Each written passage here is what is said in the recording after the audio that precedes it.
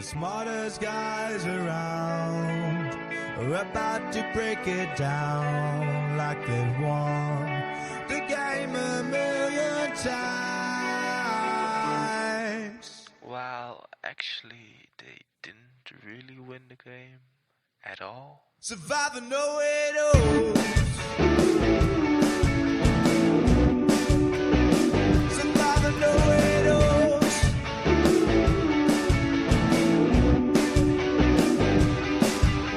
Steven and Rob without a doubt got the game all figured out. They know it all.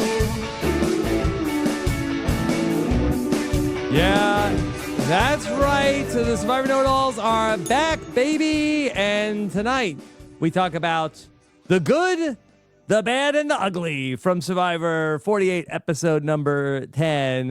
How are you, Stephen Fishbach? I'm great. I just got back. I mean, it was in DC, but I got back from my driving to it from the Final Tower 3 Con? con. Well, formerly Clock Tower Con, now Final 3 Con. Clock Tower fanatics Dwight and Emily Flippin were there, along with hundreds and hundreds of people, and many RHAP people. A big group of RHAP Clock Tower community was there. And it was so cool to just like play lots of Clock Tower, get to meet some of these people I've played with online, and it's great. We did a panel on the similarities and differences between Survivor and Clock Tower. Yeah, Did that get recorded? No, explicitly not recorded because we got some deep stuff. Got into deep stuff. Okay, I would Not love to safe hear for, more about your takeaways at some point.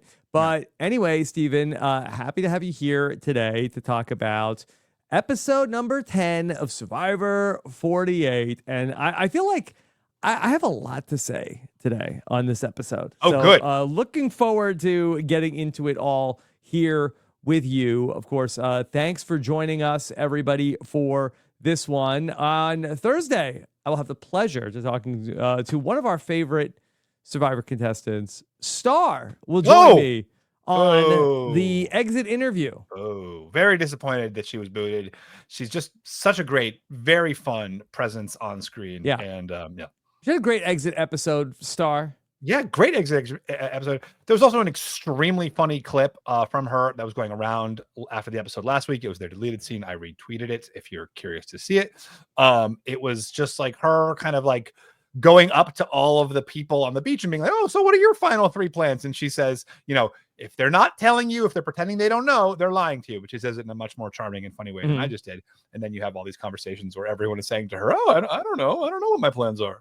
Okay. Well, I am looking forward to talking with Star on Thursday, and then I will get the chance to talk to a guy who did play his shot in the dark. Caleb will join me on Thursday afternoon to talk about all that. Then I'll talk to Gabby Pascuzzi coming up on Monday, but that's not all that's coming up this week on RHAP, because this week is also the return of the big Wand-Off, Steven. Whoa! Once a season, the Wand-Off returns to RHAP. So, Star already got her song in, everybody, okay? Will we hear some remixes? I don't know. robbinswebsite.com/Wand-Off to get in your Wand-Off submissions for our once a season Survivor 48 song parody contest. All season long, you can go back to episode 1. Talk about Stephanie Berger if you want. Where it's the all Survivor 48 Wand-Off coming to RHAP next week. And so get those submissions in by Sunday night. All right? Wow. There you go. Last season's Wand-Off was hilarious and spectacular. We had some fun ones last season, and so looking forward to seeing what will come in, and we'll listen to it with Josh and Casey and Wanda and to talk about it all with you. All right, robbinswebsite.com/subscribe to make sure you don't miss any of that. All right, Stephen, let's then talk about what is going on here tonight, because I felt like that this episode really encapsulated, I think, a lot of my post-merge frustration with this season. And this has been, I thought we were off to such a great start in the pre-merge, but this postseason, okay, we said, okay, everybody's a little tight because they just want to make the merge and they just want to make the jury. But I think that we are officially, I'm declaring this season stuck in the mud. What? No. Yep. Since when? since this I think episode. since about like 4 weeks ago. Okay. Yeah. And I really thought that last week when David went home, it was going to, finally, all right, the dam has broken, that this season is now wide open. But no, we are stuck in quagmire giggity. Yeah, we are really just, and it just feels like that now. I think that we might just be in a little bit of a slog to the Final Four. Yeah, I have to say that the most controlling and what you typically call the best gameplay often creates the most boring seasons, because you do have an episode where it makes so much strategic sense for everybody to turn on the majority group, and yet it doesn't happen because the majority group has done a really, really good job of making everybody feel like they're a part of it, and they've got that fifth person and that sixth person locked in and thinking, this is my group, I belong here, and those other options are not as viable. Something else we need to talk about is, it seemed like a lot of this did come down to Mitch's read of Star. I mean, Mitch had a really interesting confessional that I know we'll discuss further, where he says, I'm sure at home you're wondering, what on earth is Mitch doing? Why is he not taking this opportunity? But you can't make those big moves with people you don't trust. We will discuss. Yeah. Okay. So I would like to talk through like all of the different players, and really I'd love to talk with you of like, and I want to be as charitable as possible. Like, what are they thinking? Like, what is their plan?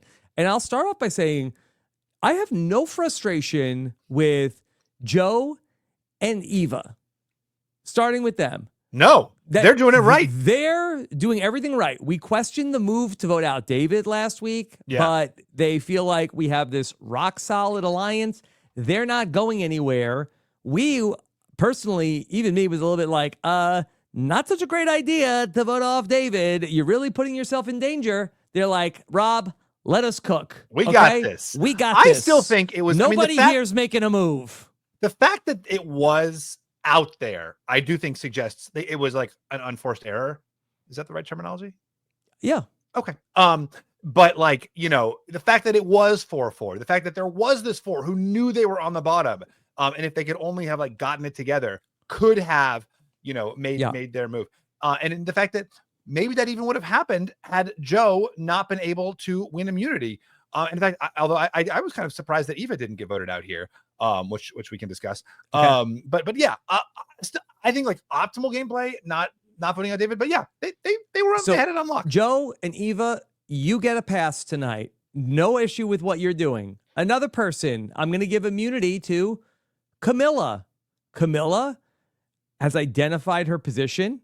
She got offered a chance. Hey, you could be sixth in out of 8 people. We're offering you, the sixth, maybe fifth if you play your cards right. Okay.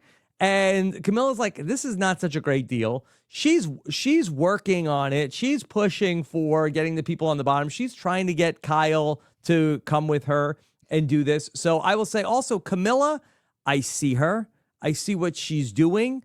She's playing the best game that she can. But if nobody wants to go with like what she's putting out there, what is she going to do? So I also will say, Kamilla, you can join Joe and Eva in. You're fine. Although it did seem like at some point Kamilla was like, I'm done with this Motley foursome.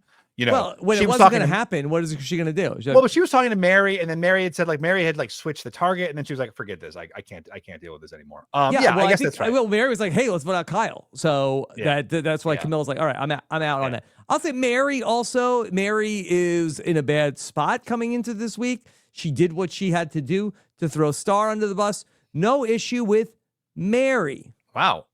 I'm really Shaheen gets all this heat from you. Okay, well, I guess, and I'll say, and Star, look, Star's doing what she could. She was on the bottom. That's really narrowing. Should have played this.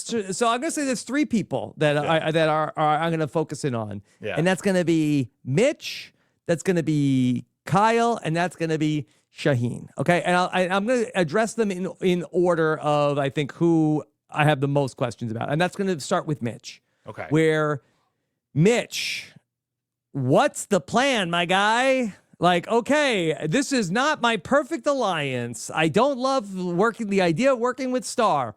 What's the alternative? Where are we going, Mitch? Yeah, look, that's definitely the story of this episode, and I do think it is going to be, to some degree, the story of the rest of the season. When similarly with Ghost Island, we had Donathan and Yeah, I was gonna Laurel. say, hey Mitch, Laurel and Donathan called. They want their game back. Yeah, you all, and that was true of like a lot of the classic Survivor seasons too, where you had that person who was self-evidently in fifth place, and you're thinking, why is that person not joining the people on the bottom and flipping? And again, like that is more, in my mind, that's often more a function of the control from the coming from top. I think we do need to like talk through it from Mitch's perspective, because Mitch is clearly aware of. I mean, is now the time? Should yes, we go? this is okay. This is the so Mitch Mitch has this conversation. confessional Check where the he YouTube says, bookmarks. where he says, I know that it looks like I should be doing this. I know that I'm at the bottom of this group, but Nevertheless, yeah. But he says, like, I don't trust Star. If anyone else were coming to me other than Star, now later on, other people do come to him who are not Star and make the same case, and he still doesn't go along with it. But he says you can't make a move with people you don't trust. So we're seeing just a tiny fraction of the information, and we also have Joe saying something about Star. It feels like something that the contestants feel about Star is not being translated to us, the viewer. Because I love Star. I'm like, if Star wants to blindside someone, I'm in. But there's some reason that Mitch says otherwise. But all right, so Mitch doesn't want to go with Star. I don't trust Star. I can't work with Star. But what is the plan? Like, what is he feeling like? And maybe are we not seeing it? Where is Shaheen telling him like, hey, that the actual final three is going to be Mitch, it's me, you, and Mary are the final three. Is there some other vision that he is being sold, that he is waiting on? And if so, like, what is it? Why isn't it part of the show? Why aren't they telling us that part of the story? Yeah. I mean, this is the challenge. I mean, I was going to say maybe Mitch thinks he is the fifth place tiebreak. He's the fifth between two pairs with Joe and Eva. And then, Shaheen thinks he has something with Kamilla. Maybe Mitch imagines himself in that fifth spot. But the very fact of the Final Four fire making means that a Final Four alliance does not ever have to turn on itself. Yeah, yes. And that is part of what I want to talk about also tonight, where that I do blame, a couple of the players, but also mostly the Final Four fire making's existence has made this a group where this is possible, where Joe, Eva, Shaheen, and Kyle can all say, hey, guess what? We're gonna stick together, and we'll see if that happens. It's looking like it will. We're gonna stick together. This is our group, and we never have to lie to each other. We never have to turn each other. We love each other. And now the next 3 tribal councils after this. Now all we have to do is just vote out the goats that we're want to be in the Final Four. Yeah, I agree. And they have that conversation. We're good. If it was a final 3 or a final 2, they would. I mean, it is a final 3, but if there was not that sort of sense of you could go to 4, then they would have to be jockeying for position within their own group. Right. Instead, they can let's just get it down to 4. Well, whoever wins, somebody will win immunity. Then you'll have the chance to make the fire. There's no dishonor in putting people into the fire. That's that. As long as you can make the fire, you can be in the final 3. So, and everybody is content with that deal. And Joe and Eva feel like, hey, this is Survivor as it should be played. We're doing it. We're doing it perfect. And it's true. The game is structured so that they're playing it optimally. They've got their 4, and then they have like a 6 outside of that 4, and then they control the whole thing. I mean, they are playing it optimally, but according to the game as structured. To me, this doesn't feel that this is how it should be for, we went for the Survivor 48 premiere, and there was a whole panel about how the game design, all of the thought and care that's put into having a game design, and this is exactly how we want it to be. But it does seem like that there's like a little bit of a hole in the game where that this group of 4 can say like, okay, our optimal move here is let's all just go to the end together. Nobody can stop us. Yeah. And I mean, I think they love, and we've talked about how the Final Four is often just like a big, exciting moment. And it is. And I think, probably Jeff and the producers love that big, exciting moment. And they love that it's a chance for a big player and character like Gabler to win his way in. But they don't think about the downstream effect of this is like warping the entire merge, because now these groups don't ever have to worry, oh my gosh, is Joe coming for me? No, he's not. He's no reason to.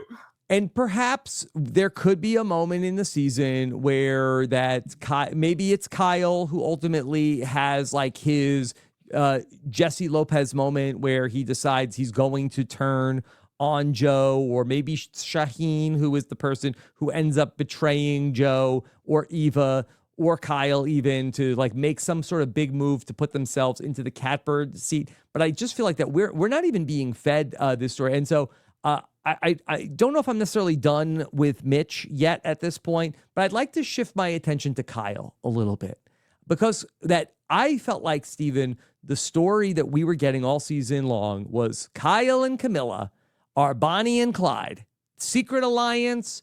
Nobody knows about them. This dangerous twosome that everybody's overlooking. They have the most power in the game because nobody knows just how close Kyle and Kamilla are. And I thought coming into this episode tonight, and maybe this is where I have gotten the wrong idea, because I came into this episode with very high expectations of, even looking back to, my own Survivor game, I feel like, okay, I can see it. You have all these people on the bottom. Here's Kyle, and that nobody knows he's with Kamilla. And so they feel like, hey, we have 4 strong, they have 4 strong. And Kyle has this opportunity to go with the 4, and nobody knows he's actually with Kamilla. And Kyle is going to strike. I thought not so much at Joe, not so much at Eva. I thought that Kyle was going to pick up these people on the bottom with Kamilla, and they were going to vote out Shaheen. And then basically now have, 5 against the 2 of Joe and Eva after this. That's what I thought was going to happen. But we saw Kyle say, hey, you know what?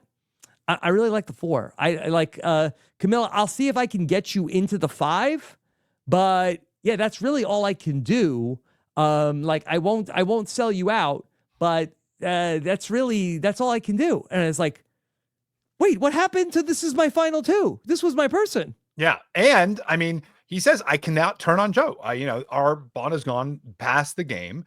And, I think the jury will be mad at me if I do something to hurt Joe's feelings. And I totally understand that Kyle and Joe have this bond, but I thought Kyle and Kamilla had that bond. Yeah. Well, it's interesting because I do think and I really respect, I think this is one of the challenges of playing Survivor. And I think it speaks to Kyle's warmth and depth as a human, that he's able to say, in this game, I also value kindness and the bonds I'm building. And to me, that's what makes this a good Survivor season. I know you're saying we're in the quagmire, but that's what I miss about Survivor, is the tension between, I have a human feeling towards a person, and at the same time there's this game. I have a human duty towards other humans. Actually, in this at the Clock Tower Con, not to bring everything back to the Clock Tower Con, the Final 3 Con, but Emily Flippin and I had this exact debate where she said, no, you're in a game, you have to be a purely mercenary creature, and I took the other side, yes, you play the game, but you also have a human duty, because everything you do is part of life. And I am on your side in that argument. I don't think that it's hey, it's human chess and you're just playing a game. But I think that what I think is compelling about Survivor, and what has always been, is that you are playing a game and you have these human connections, but you have to still make the game decisions. And can you compartmentalize the human parts of that? And so for Kyle, it just, as in terms of the story that I felt like that we were getting this season of Kyle and Camilla's bond, and they were this secret pair that was going to run the game, it just really felt like that Kyle made a choice that I felt like was incongruent with the story that we had gotten all season about Kyle and Kamilla. I thought it was cool, I have to say, how Kyle made the point. I think Survivor is a game played at the margins. I think you give little nudges here and there. I think that's very true. And I thought it was really cool the way he did it for Kamilla, by taking those specific people on reward, in order that the group Kamilla most needed to recruit would be the most worked up and pissed off and willing to vote with her. I thought that was a really cool thing, where he's like, I'm not going to co-sign this, but I'm going to ease your way. And I thought that was kind of neat. I don't really know if I've seen that before on Survivor, but where I'm not I'm not going to make this move with you, but I will make this move easier for you. Yeah. it just felt like it was kind of a half measure for me of that Kyle, like we got it from his confessionals in this episode. It seems like he wants to go to a Final Four with Joe and Eva and Shaheen, which I do not think is a winning Final Four for Kyle. Right. Well, that's interesting. I mean, wouldn't you, I mean, even if you're Kyle, don't you think you are actually helped by being at the final 3 with like Joe and Eva? Like Joe and Eva, who have sort of like, I mean, I don't know. You don't Why wanna be would there I with vote Joe. for Kyle if he goes to the Final Four with Joe and Eva? I think sit there David's as not a voting for Joe. I mean, Well, okay, maybe David's not voting for Joe. Is Chrissy voting for Joe? Maybe not Chrissy. I don't know. Maybe he picks up set. Maybe Is he picks Mitch up voting for Cedric. Joe? But I think okay. But I would say as a juror, the question I would say to Kyle was like, "What did you do?" Right. Yeah. Like it seems like that you followed Joe the whole game.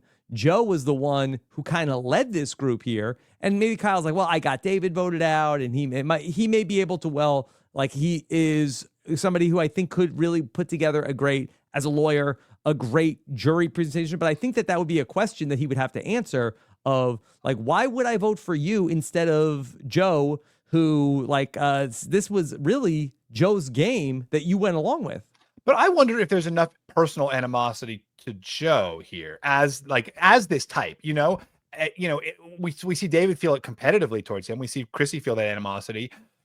I think Kyle, if Camilla's on the jury, could probably count on Camilla's vote. I mean, maybe, Mary, we saw the interesting conversation between Mary and Joe, which we should talk about, but like where I don't think that made Mary a Joe vote. I think if anything, maybe it had the opposite effect.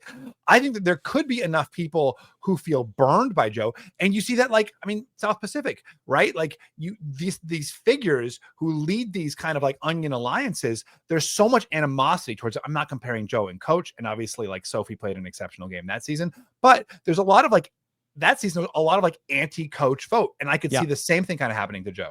Now, there is also a world where if perhaps there is a move that could come at 7 and not necessarily the move that's coming at 8. And if that's the case next week, then, I owe everybody an apology for talking this way. What is the move that we're thinking? I'm just not getting the sense that they're not like, hey, it's too early to make the move.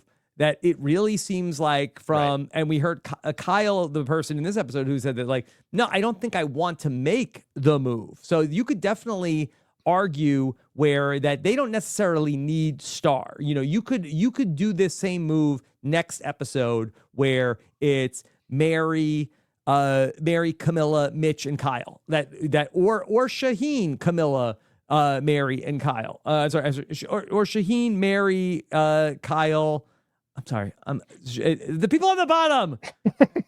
With Shaheen or Kyle, one of them could do it. It's Mary, Kamilla, and Mitch are the 3 people that are on the bottom. I don't know if Kamilla would go without Kyle on a vote like that, but she probably should at this point if Kyle's not really willing to hold the door open for her to be able to get to the Final Four. She has to do what she needs to do to win the game. So, but it really is feeling like that it's not later, it's never. Yeah. And I wonder how much of it is just a compressed time. Like even this episode, like if Mary had not switched it to Kyle, do you think they could have gotten on board like a Shaheen vote? Like who is the Shaheen vote? I mean, Mitch, Mary, Kamilla, and Star. Yeah. I don't know if they would. Well, Mitch was not going to do that. And Mitch went right back to Shaheen. He ratted out the 4 to Shaheen right immediately. Didn't even contemplate it. And you could read his body language that he would like at no point was he really considering it. The time you got it a little bit from in his confessional, like, hey, well, maybe I should do that. But it seemed like that maybe that was more answering a producer question than him actually contemplating going with that group. So I don't know what Mitch sees as, unless Mitch feels like, hey, I'm gonna beast out in the challenges, that all I need to do is to get to 6, and I'll win at 6, I'll win at 5, and then I'll make the fire, and then I'll be the Gabler who sneaks into the final 3. And maybe that is what he's hoping for. I mean, but that's the problem. Like, that is what everyone's hoping for in that situation. It's like you delude yourself into thinking like something magical is going to work out. As long as I mean, it's like, famously the strategy, right? As long as it's not me, but like, everyone, that can't be that way for everybody, and everyone kind of thinks, well, maybe tomorrow things will magically shift. Maybe the game will change. Maybe like something will go my way tomorrow in spite of the game state today. And like Sandra said, as long as it's not me, but she was pushing and moving, she was moving the pieces. She was like instrumental in a lot of the key votes of both of her, the seasons she won. It wasn't like she was just like passively on the sidelines, letting other people determine her fate. I want to talk about Shaheen also. And I'm a little bit, I don't know what Shaheen is doing. I don't know what his plan is. It looks like at different points during the season, he has been flirting with some of these pieces at the bottom. And it seemed like that he really did go out of his way to really make the vote off tonight be Star instead of Mary. It seemed like that Mary was a piece that he wanted to pick up, even though Mary was a little bit, and Mary like kind of pushed back on that. Like, wait, hold on. I was the person who was manipulating David. Yeah. And I don't know. That's what we saw in the episode, but maybe that's like, we're getting that in the episode because that's what the players are seeing. Yeah, that's interesting. I mean, that was a very interesting conversation too. I actually thought this was not a great episode for Joe. I mean, certainly it showed how Joe has a lock on the group, but we also saw a lot of like, I mean, it's hard because like you could say it was hubris for him to be like, I'm so comfortable, my alliance is strong, but he was right. That's not hubris if it's like just an accurate statement of the facts. Can we talk about edit for a second? Of course. Okay. I tried to wait until we were like 30, 40 minutes in. I guess we're 25 minutes in. Can I still? Okay. I've been saying I do think Joe is going to win. And it's funny, Heather Cannon, who I think is a really astute observer of the edit and of the show, was saying, well, if Joe is going to win, typically we'd see someone, in these seasons when you have this dominant player kind of like stomp to victory, you rather than having like a clear antagonist, you typically see like a narrative of like how the other players are screwing it up and how they're like making huge mistakes. And as of last week, we hadn't really seen that. So maybe Joe wasn't going to win, but certainly that was the story of this episode, how the other players, who know enough to stop Joe, are just failing to get it together to do that. Yeah. So it does feel like that we are back on board to like this Joe dominant steamroll, and we'll see. I just would like to see the other players doing more to try to stop it. Like I would, if Joe wins, like great for Joe, but it just feels like everybody else is being very passive this season. Yeah. I mean, it is interesting. I mean, certainly in the last episode or two, we see them kind of moving at the sidelines, but we don't see them trying to really disturb that, that core group. But Joe winning immunity, I do think, for us, it's like, oh, Joe, Eva, Shaheen, Kyle, that's the group. But like for them, it's all individuals, right? They know Joe is connected to Eva, but like, also Shaheen is connected to Kamilla, and, Mary's got a relationship with whomever else, so it's like, for that, like we see them as blocks. And like, if you can't shoot into Joe, like why not go for Kamilla? Why not go for Eva? Why not go for, Shaheen? But like, from their perspective, it's all individual relationships. And like Joe is, as long as Joe's immune, they can't really go for Joe. Let's talk about that. Oh, go ahead. I was gonna say, I really thought that coming into the episode, and especially in the first 5-10 minutes, I really thought that Eva was going to be the person to go home. I did too. Eva go and have the conversation with Mary to tell her, hey, Mary, I just want to tell you, I'm a straight shooter and you're not in the alliance and you're not in our plans. Yeah. But as a straight shooter, if it's going to be you, I will tell you when it will be you, because that's how I'm playing the game. I thought that, and then she was like, I'm not going to give you any of my equipment, none of my hardware. I will do nothing to save you. I will give you nothing. I will not play the idol on you.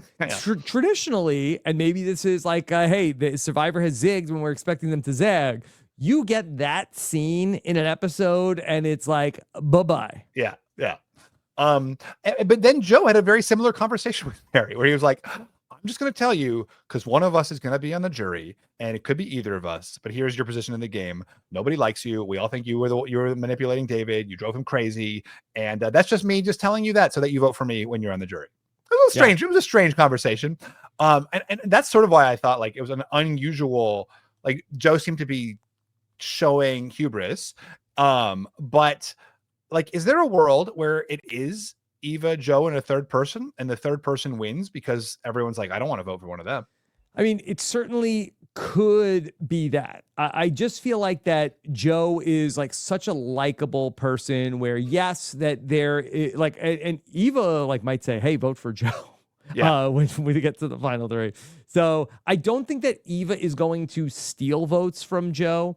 I think that like we've seen that Joe is very well liked by a lot of people. Yes, there are people that are on the bottom who are salty, but they may come to terms with like, hey, Joe did what he said he was going to do. Like, maybe I didn't love how he went about it, but he won. He's won, what, 3 immunities already? If Joe goes on to win 5 immunities or like puts himself into the fire so Eva doesn't have to do it, and like all of the things that he's done, like I really do feel like that the jury will have a hard time awarding it to someone else when they have not actually made like this strategic move or did anything. Like, to go back to Heroes versus Villains, which we're rewatching on the Patreon feed, where Sandra wins against Parvati and Russell, like at least Sandra could say like, hey, I tried to tell you, none of you listened to me. Yeah. Like, it wasn't like that it was Danielle who was sitting with Parvati and Russell at the end and they decided to give the money. Like, okay, well, I'm going to give it to the other person that was with,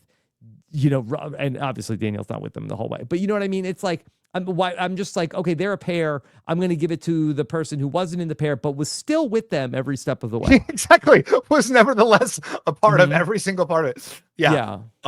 Rob, so you said you were going to focus on 3 people. You said it was going to be Mitch. We talked about Mitch. Yes. You said it was going to be Kyle. We talked about Kyle. Yeah. You said it was going to be Shaheen. We haven't really talked about Shaheen. I started to talk a little bit about, okay, so Shaheen worked to try to pick up Mary. And it seemed like that Shaheen, we heard him talk about Say along the way. We've seen him try to pick up Kamilla. It does seem as though that he is talking to and engaging with these people, but not Star. He was mad at Star because Star voted for him at the last tribal council. And so Star was kind of out, and he really did lead the charge of like, okay, let's get Star out. We saw that he has a relationship with Mitch, but to me, it almost feels like that.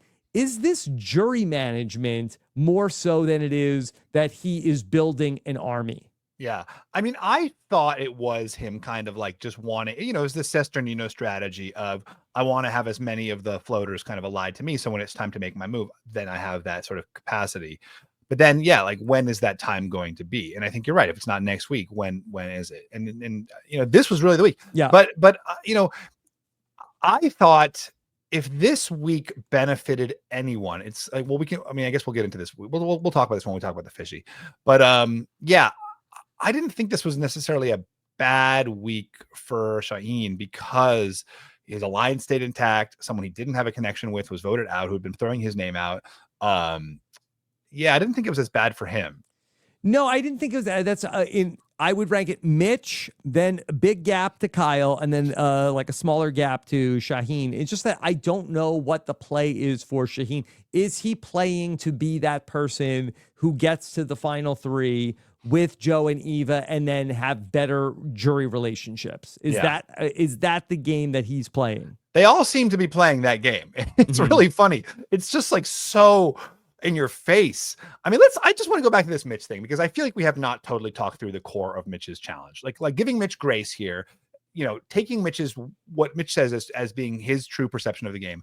I can't make a move with people I don't trust. Is that true, Rob? Like, it's the new era, baby. Yeah. You got to make a move here.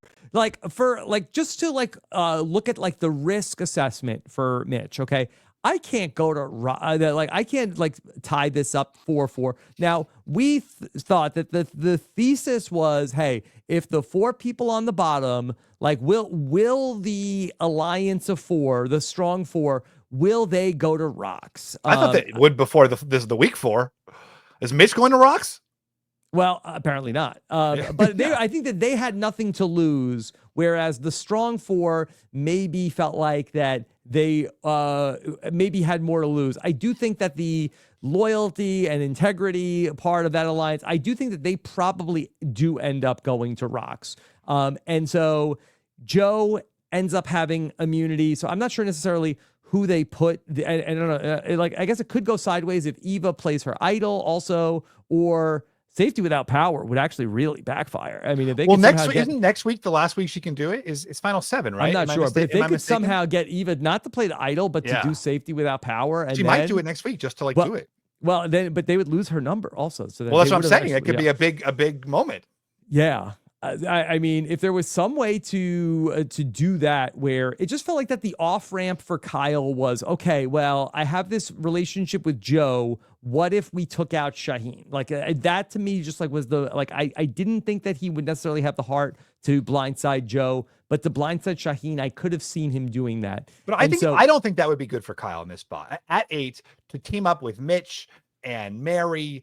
I mean, Kamilla, he trusts, but the other two, he don't. He's extremely well insulated here, right? He's like part of this big group that's running the show. Why would you then be like, I'm going to blow up my big group that's running the show and like go with these people?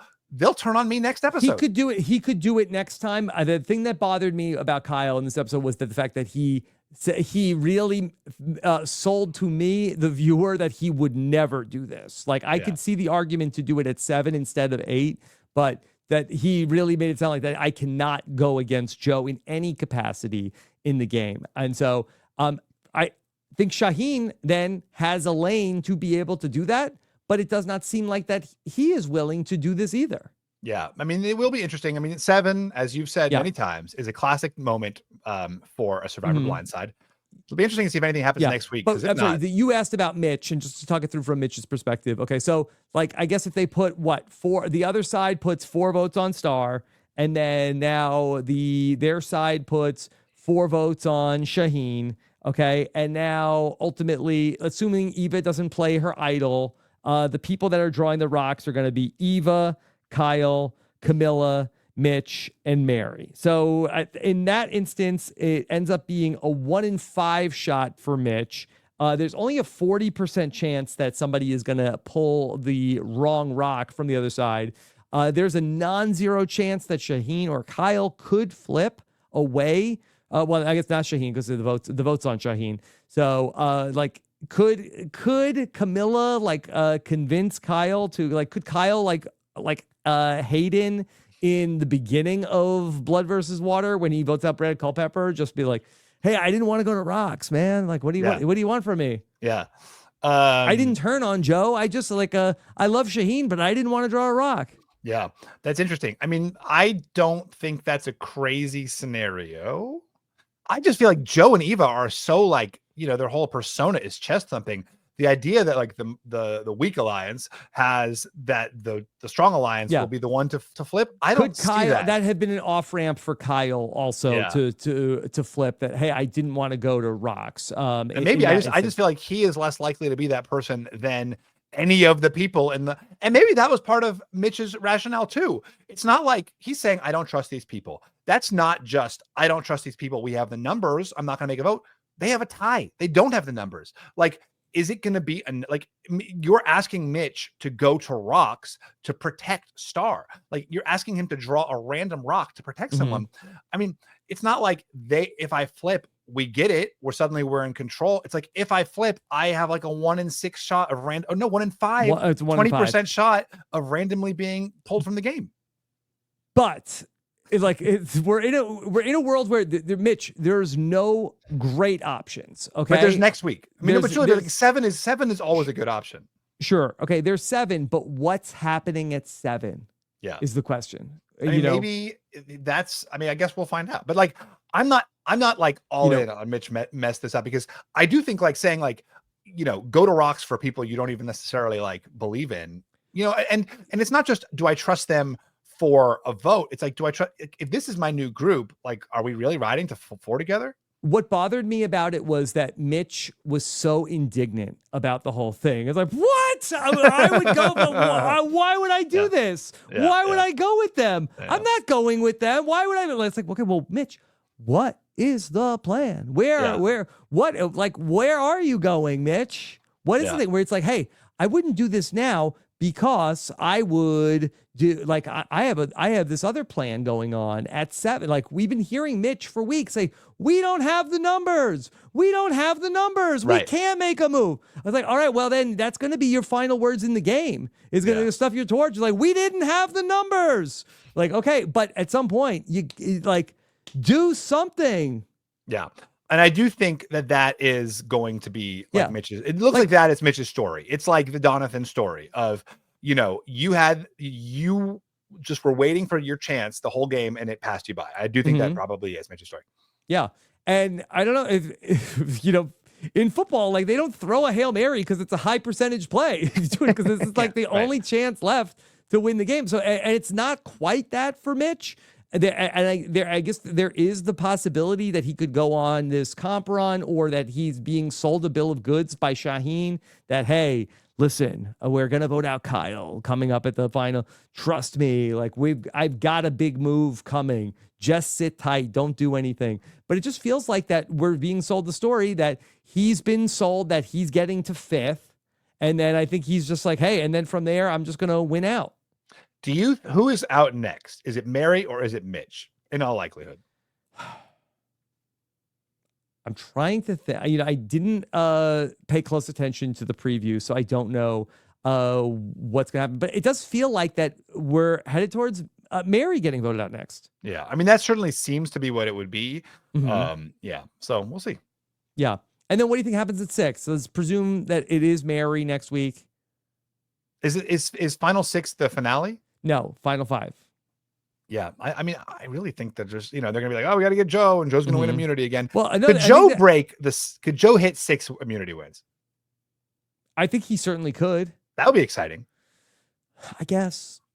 I mean, it's a pretty competitive field. It's not like Joe is winning, against people like against me. He's winning against people who are pretty stacked. But I think that like they were concerned about Mary winning immunity. So, okay, Mary, unless Mary, like, I guess Mary could win immunity at 7. And then it's sort of like, a little bit like Sheehan in Survivor All-Stars who won immunity at 7, where it's like, haha, like you can't get me. I won immunity. And then ultimately, I think they go to Mitch where that Kamilla is not a threat to win immunities like Mitch is, who was really so good in the challenges in the pre-merge. So I think that Mitch could end up getting burned here by a Mary immunity win. Yeah, I would do, or even not. I mean, if it's me in that dominant spot, you are removing the people who are most likely to win immunity. I definitely think you vote out Mitch above Mary. I mean, like, it seems like maybe they feel like Mary's more of a troublemaker.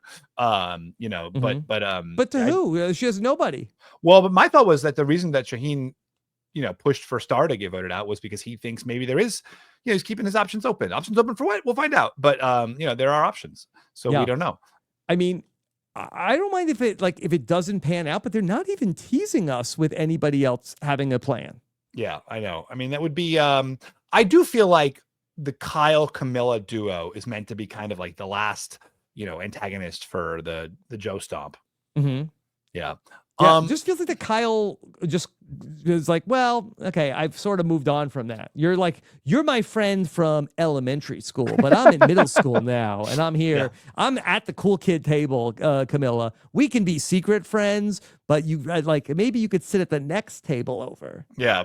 I mean, and it's true, and it really has changed from more of a duo with Kyle and Kamilla, where it really felt like they were working beautifully together.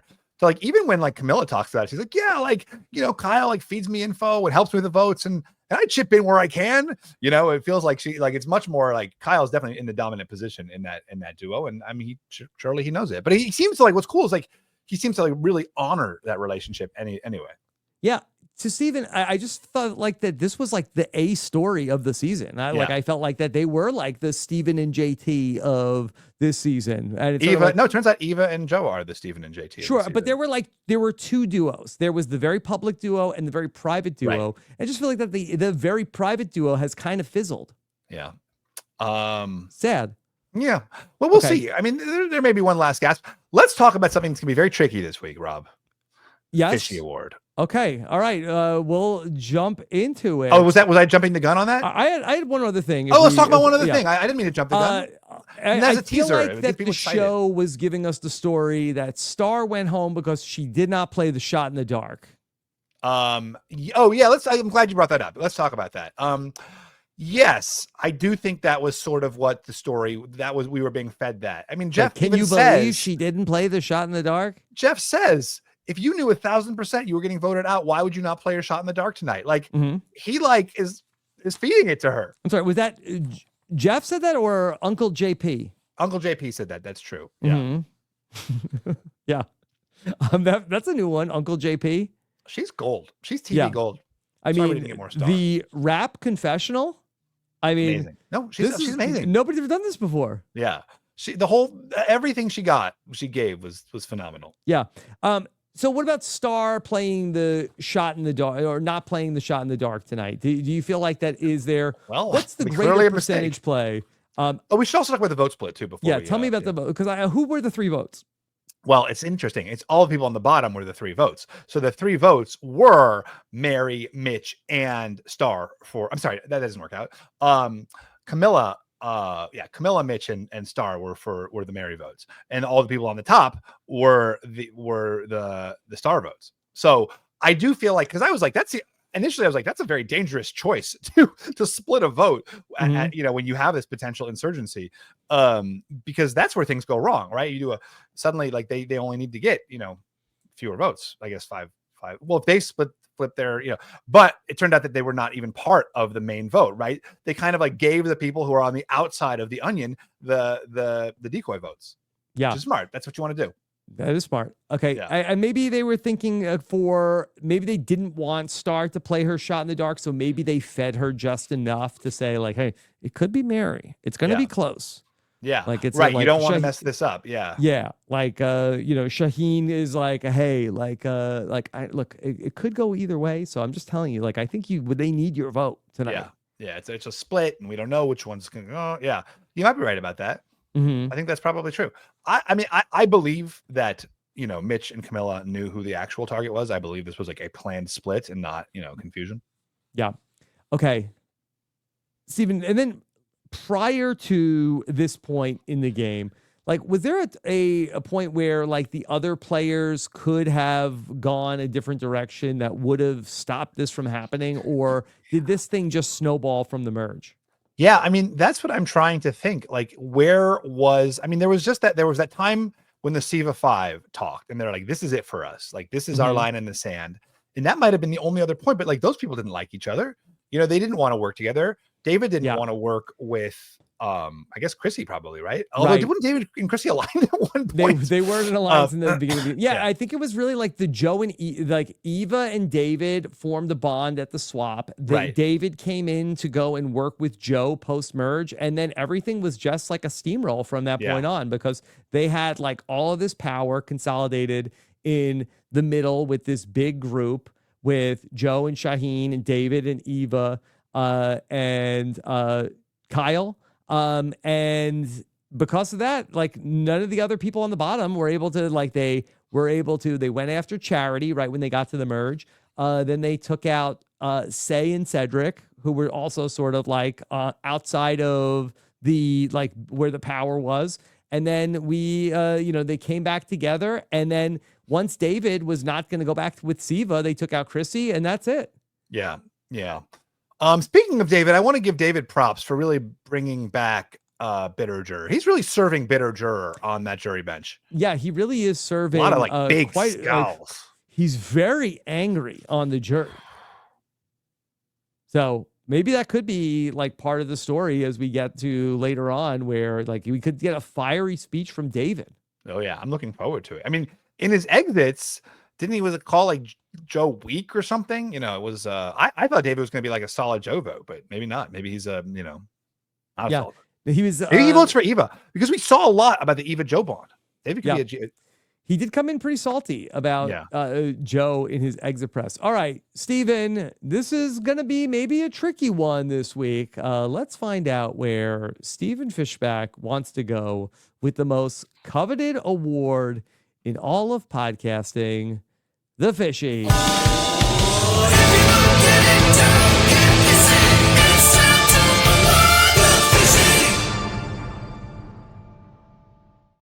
Yeah. All right. Steven. Okay. This is a tricky one. This is a tough one. This is going to be a difficult one. Now, I did toy with the idea, and we don't really do this anymore because we're, as a older dad now, I see the humanity in everybody, or I didn't before. And thinking of giving, this is just putting this out there before we talk through the other ones, a rotten Fishy to Mitch for blowing maybe the only opportunity he would have to take power in the game. Mm-hmm. So go ahead.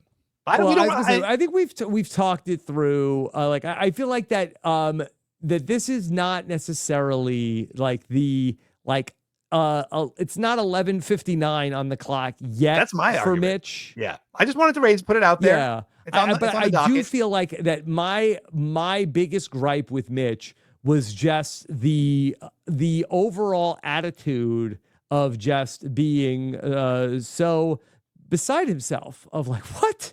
I would never vote with Star. Well, but what is your other option, Mitch?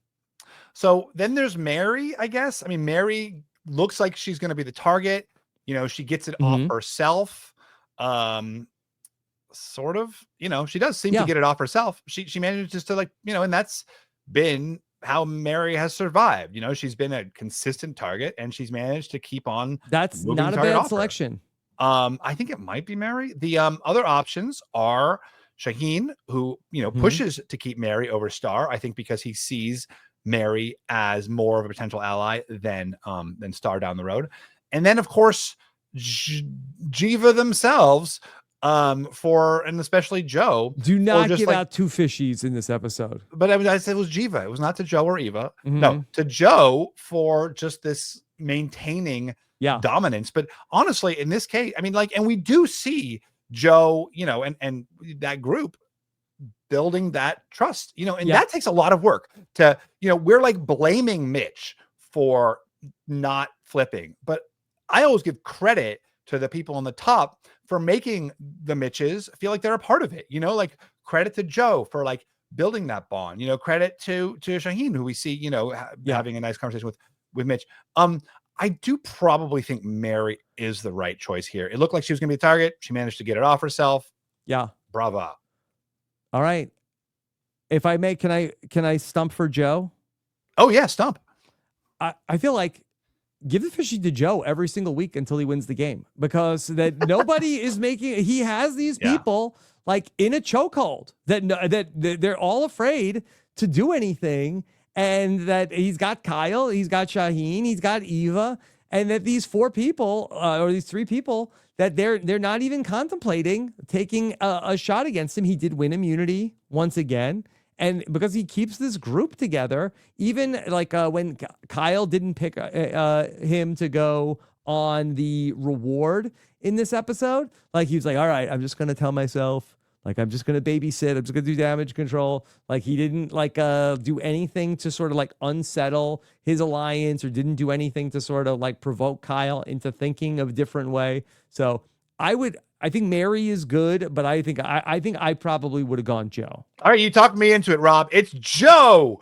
I think you're right. This whole episode of Know-It-Alls. With all due respect for Mary, don't come for me, Mary, and end me on Twitter, please. I tried, Mary. I did my best, but Rob talked me out of it.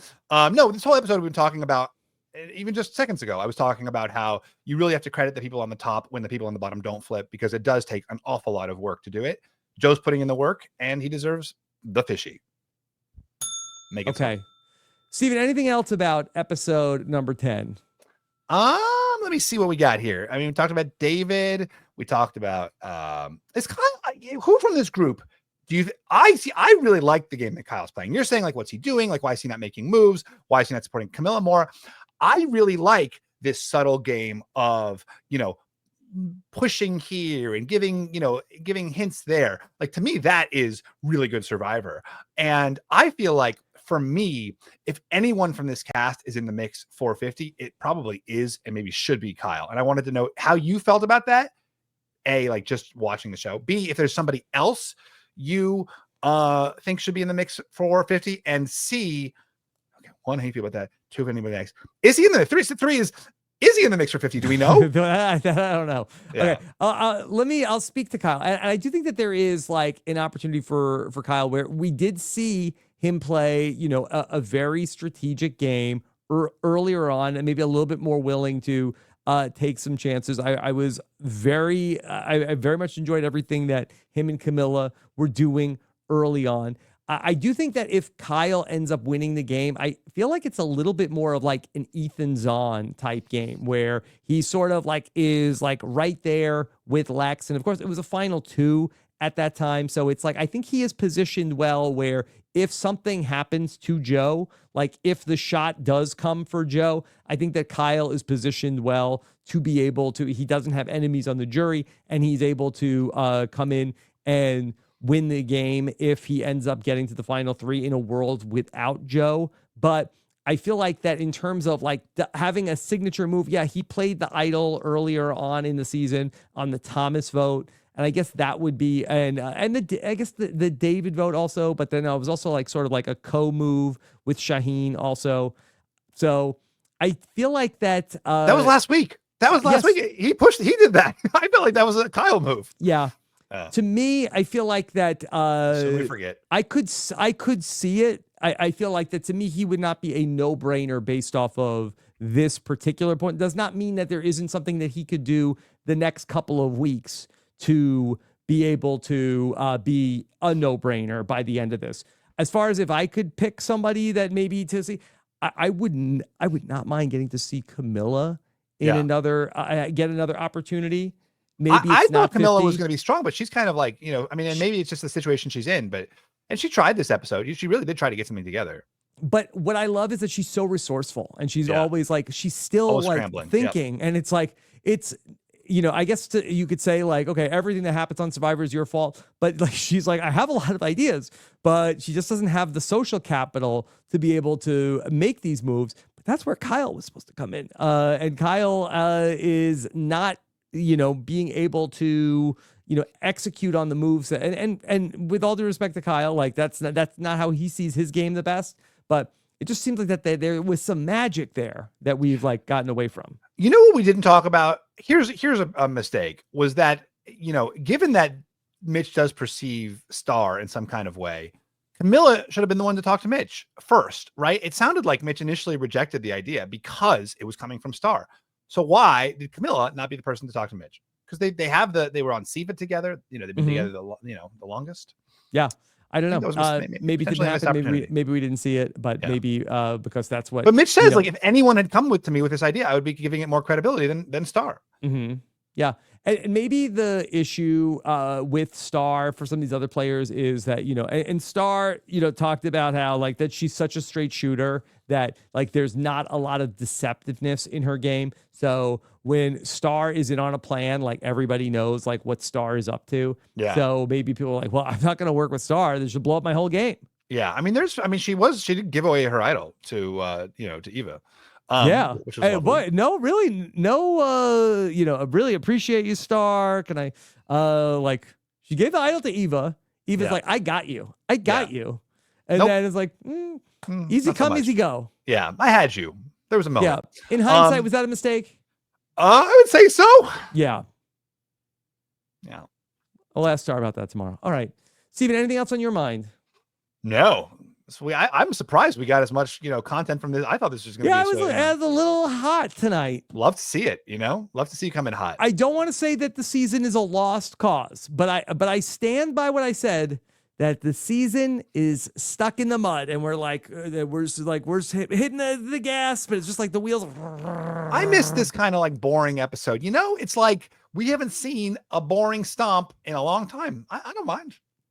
Yeah. We have like not every episode has to be a reversal and a blindside. That's boring to me. But I want to see more of everybody like trying and not just like so much running out the clock.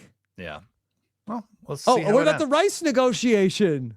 That's just totally right. Jeff's like, hey, you got 3. And we're like, nah. We're like, okay, all right, moving on. What? He's not even stabbing the bag anymore. I'm surprised they even showed that. Yeah. Like, hey, anybody want it? Like, no. All right, we're good. Okay.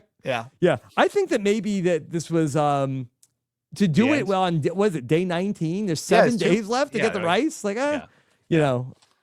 We're in the final 8 here. Yeah. You got to do it earlier when there's like. I think that maybe they waited a little too long. All right.